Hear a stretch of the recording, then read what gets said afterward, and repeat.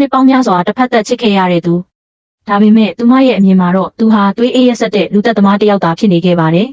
သူမရဲ့နှလုံးသားထဲမှာတော့မွေးစားအကူကလွဲလို့တခြားသူမရှိခဲ့ဘူးဒါပေမဲ့အောင်ပွဲရပြီးပြန်လာတဲ့အကူဖြစ်သူကကိုရောက်မြောက်မရငယ်ကိုခေါ်လာတာမြင်လိုက်ရတဲ့အခါသူမရဲ့ကဘာလေးတစစီပြိုလဲသွားခဲ့ရပါတယ်အဲ့ဒီအချိန်မှာပဲတိုင်းပြည်ရဲ့အာဏာအရှိဆုံးဘရင်ခံမင်းသား The Regent ရောက်လာခဲ့ပါတယ်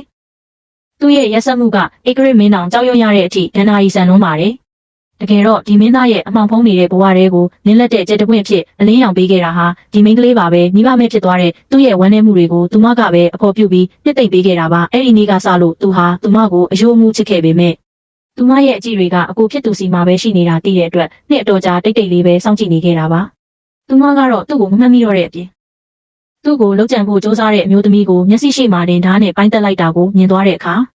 သွေးအေးတဲ့လူသက်သမားဆိုပြီးပိုလို့တောင်ကြောက်သွားပါတော့တယ်နန်းတွင်းပွဲတော်မှာမတော်တဆသူမလဲကျပြီးသူ့ရင်ခွင်ထဲရောက်သွားတဲ့အခါသူမရဲ့တုံ့လုံနေတဲ့အထီးတွေကသူ့နှလုံးသားကိုတစ်ဖက်သက်လောင်မြိုက်စေခဲ့ပါတယ်။တခြားယောက်ျားတွေကသူမရဲ့အလှပကိုပြောဆိုနေကြတာကိုကြားတဲ့အခါမှာတော့သူဟာမနာလိုစိတ်တွေတားမရတော့ပဲ။မိမအားလုံးကိုမျက်နှာကခြုံခိုင်းလိုက်တဲ့အထိအာနာပြခဲ့ပါတယ်။မိုးရဲရီထဲမှာသတိလစ်သွားတဲ့သူမကိုသူ့ရဲ့စံအိမ်တော်စီခေါ်လာခဲ့ပေမဲ့နိုးလာတဲ့အခါမှာတော့သူမကသူ့ကိုကြောက်လန့်တကြားနဲ့ထွက်ပြေးသွားပြန်ပါတယ်။ဒါပေမဲ့မင်းသားကတော့ပြုံးနေခဲ့တယ်။ဒီနေ့မှာတော့မင်းကိုငါအပိုင်ဖြစ်စေရမယ်ဆိုတဲ့သစ္စာကိုချိန်ပြီးတိုင်တည်ရင်းပေါ့